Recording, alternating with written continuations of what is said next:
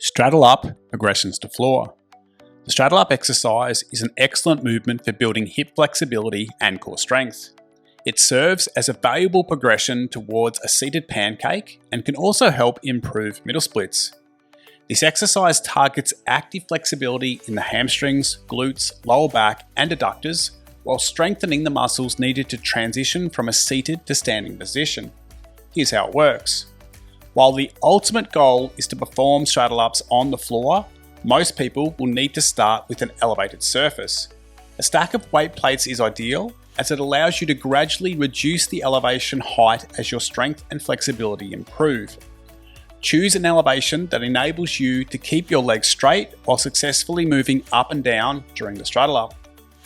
Start by standing in front of the elevated surface with your feet together. From here, step your feet out into a comfortable straddle stance.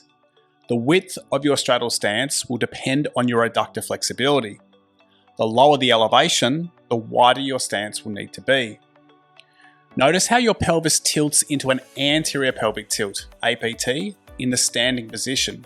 This is not a fully extended hip position like in a deadlift or good morning.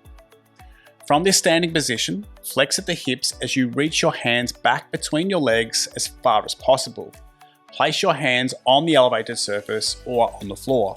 It's perfectly okay for your spine to round in this position. When placing your hands, you have a couple of options. If you have limited wrist extension flexibility, turn your fingers inwards and place one hand on top of the other. If you have good wrist extension flexibility, point your fingers back.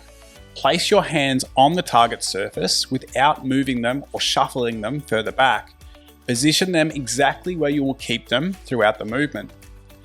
Actively press your hands into the surface as you lower your hips to the elevated surface or to the floor.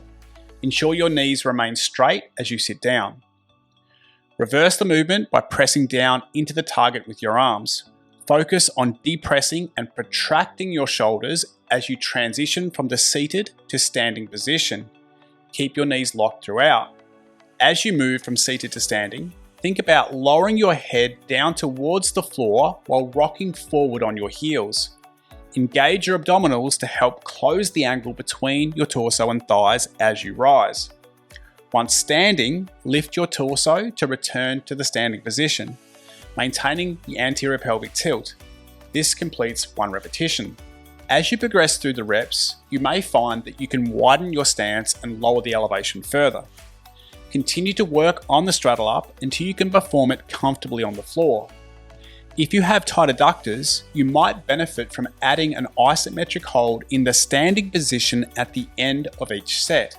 This isometric hold can be anywhere from 10 to 30 seconds. After completing the set, take your time to move out of the standing straddle, as this can be an intense stretch. Performing 3 sets of 8 to 10 reps with a 15-second hold in the standing straddle at the end of each set is a good starting point for most people.